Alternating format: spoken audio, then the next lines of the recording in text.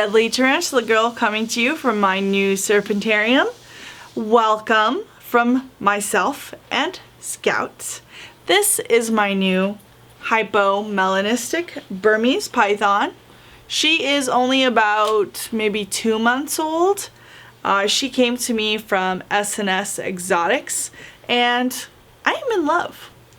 So this is not my first Burm by any means, but it is my first hypo Burm.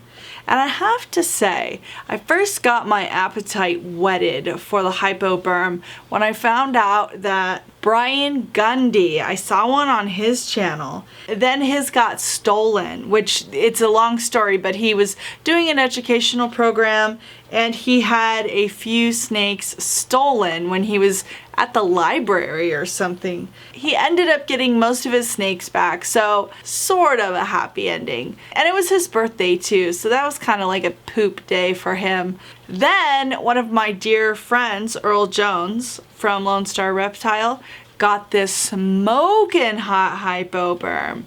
And I was like, Earl, if you ever don't want this snake, and he would like tease me and say, oh, I'm gonna keep it forever, which he probably will. So I just went and bought my own. And so all my love to Suzette and Penny and all the amazing people at S&S. This snake is incredible. I love her so much. She's so beautiful. She just shed. I got her at the Arlington NERBC, but I don't know, I just wasn't ready to share her with the world yet. So here she is, and she has been named Scout in honor of Mrs. Feely, wife of the reptile keeper and YouTuber John Feely of Feely's Clutch. And this is a fun surprise. We are starting a podcast with John Feely called The Beauty, the Beast, and the Beard. And it's a show about exotic animals, mostly reptiles. And so that is going to be my business partner and I and John as the hosts of that show. And we're doing our first recording tonight for our podcast, so that should be fun. So all my love to John and Scout, their litter of wild ones in El Paso.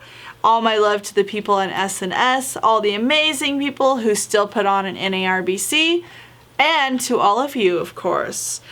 Big shout out to my students at the school I'm teaching at. I love that you guys are watching, and Scout loves you too. Comment below what your bucket list reptile is, and I'll see you guys next time.